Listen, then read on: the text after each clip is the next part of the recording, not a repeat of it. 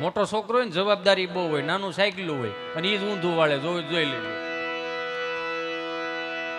કેમ કે હથેળી મોટો થયો હોય, પાણીને કળશા ભરી દેવાના, પાછો પાણીને કળશા ભરી દઈને વાંધો નહીં, પછી એને એ જ કળશામાં બા સા કાળી દે, એ સા ગાળીને દેવા જવાની, અને ઊંડિયું રકાબ્યું આવતી.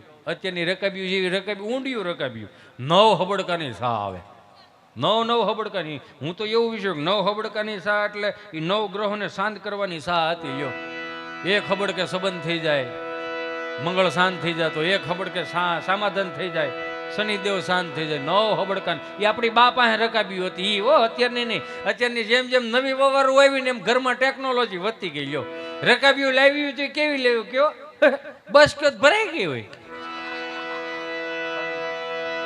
બસ કયો ભરાઈ જાય, 2 હબડકો માંડ આવે.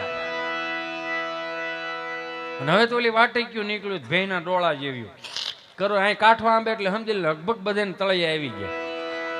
5 વર્ષ એવા થાય ઉપાધિ જેવું થાય. કોકની ઘેર સા પીવા જાવ ને તો હવે પાણીની બોટલમાં ઢાંકણામાં સા આપશે. કેટલા સમયથી તમે લોકો આવ્યા નથી, એમ થોડું ચાલે, ચા તો પીવી જ પડે ને, એમ થોડું ચાલે, તમે અમારા સગા કેવા હો. એમ કરીને આટલી જ ચા પાવે, પછી આમ પીવડાવજો.